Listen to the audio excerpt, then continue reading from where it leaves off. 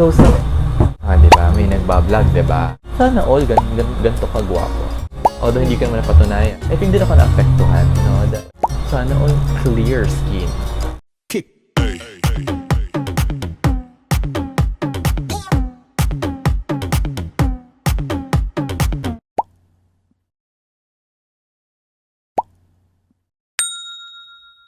So let's check muna kung ilan na yung mga na-jowa natin. Yasi Pressman alone, so that's 1 point for female celebrity. For male celebrity, Lee Min-ho.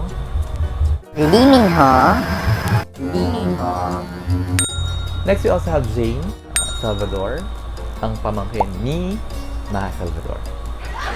For me, siya yung tipo ng it girl na Inglesera, may pagka-arte, pero you will love her for who she is. Yun nga lang, if tatanungin ko if jajawain siya or totropahin. Yung type of personality niya, unlike with Yasi Pressman, kaya ko makapag-blend sa kanya. I think with Jane Salvador, parang feel ko hindi. Yung slang yung mga R, S, yung slang, minsan nakaka-intimidate. So feeling ko may intimidate ako when I'm with her. What's this again? Janelle Salvador, it's gonna be totropahin ko. And let's move on muna with Boy Spencer. Well,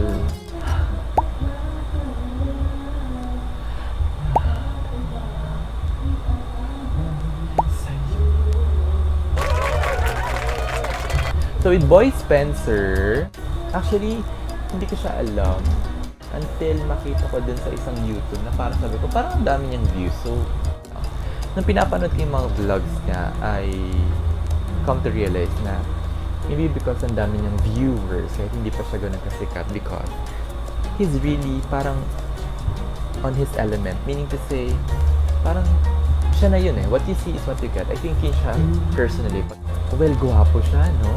I like his dito, tsaka ito. Yung sa akin kasi, eto, temporary lang yan bilang naka-quarantine po tayo eh, no? Ang challenge ko kasi for myself is magpapashave lang ako, magpapagupit lang ako pag back to work na. Okay, going back to Boy Spencer.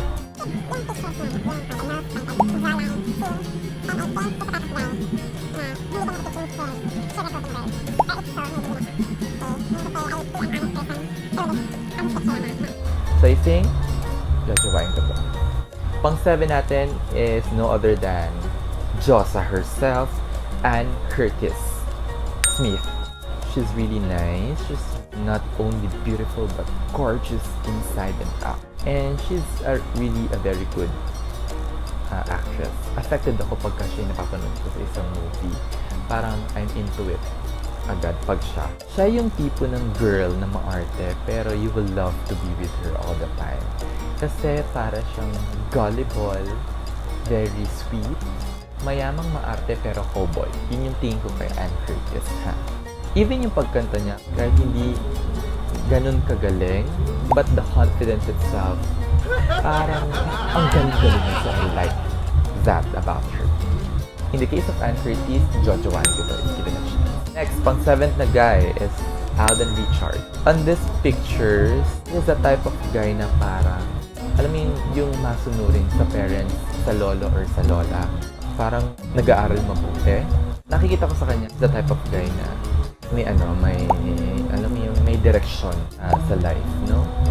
Yung parang charm niya for me is pangmasa because yung itsura niya, siya yung gwapo na hindi ka mahihiyang i-approach kapag ka na pasalumuhan mo siya in person. Alden Richard, Jojo Wang. So for the 8th celebrity, it's going to be Nadine Lustre.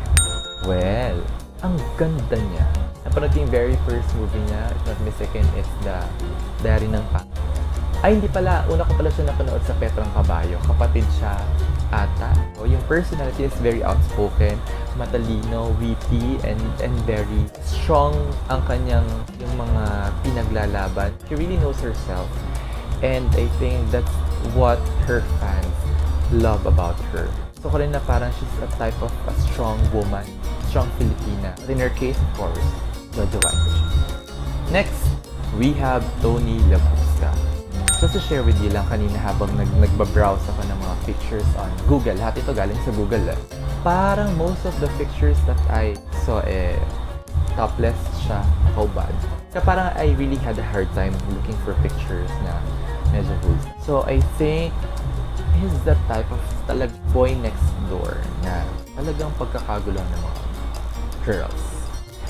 Pero siya yung tipo ng kapag alam mo yung parang nagpaalam sa'yo to go out to hang out, matatakot ka kasi nga parang pagkakaguluhan siya eh. By the way, magaling siyang umarte. He's cute naman, but this time I think totropahin ko siya. Uy, last 2 pair na lang pala. So let's move on to Catherine Bernardo. So she's really nice looking. Nice, gorgeous.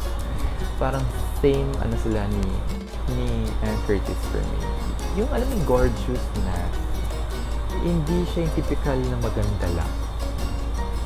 Maybe because it's the spirit it's the internal and external na beauty na mabait siya sa family, sa fans. Nakakanta siya, nakakasayaw siya, magaling siyang umarte. But above all, mabait siya, I think. Mukha siyang mabait.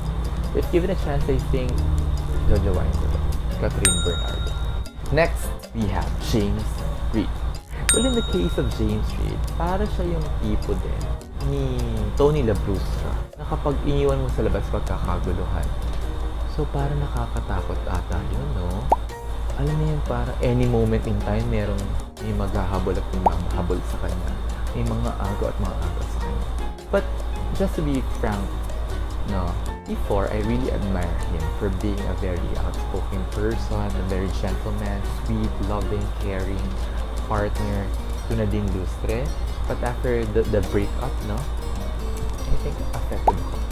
Naging trending pa ngayon in 2020 eh. I don't know the story. Well, it's a mutual thing na parang agreement na maghiwalay sila. Pero for me, yung point ko na lang is that si Nadine during that time, parang if my memory serves me right, parang she's going through something about her family, about her personal, professional growth, bashing and all. Tapos biglang nag-break sila. So I think if you are a really good partner, no, you will consider that if you have plans of breaking up with each other. You will not leave someone, alam mo yun, sa gitna ng ere, knowing that you have plans together. But again, I respect their story. Siguro kung before ako tanungin, jojowain ko to. But this time, for me, it's gonna be totropahin. Now, we're now down to our last pair.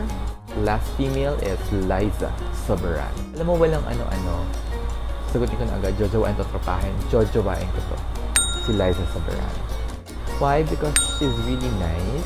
She's really sweet. Parang mabait. Yung aura niya is yung tipo na maganda, may konting arte, mahiyaman, pero mabait. Na pagka nakasalumuha mo, hindi ka mahiyang i-approach.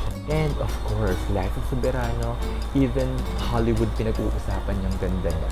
Because she is really an epitome of beauty. Wow! Style epitome, maganda na lang. Siya yung tipo na kapag ka, kunyari, pumunta ka sa prom or sa isang ball, pag suotin mo siya ng plain white dress, plain black dress, walang accessory, tuloy lang siya dyan, pwede siyang maging star of the night. No? That means there is something kanya na, natural. And lastly, the male celebrity, we have Daniel Padilla. Siya yung tipo ng gwapo, mabait pero barong-baro. Pag siya yung naging boyfriend mo, protektado. So, nakita ko rin kung paano siya nagtrabaho.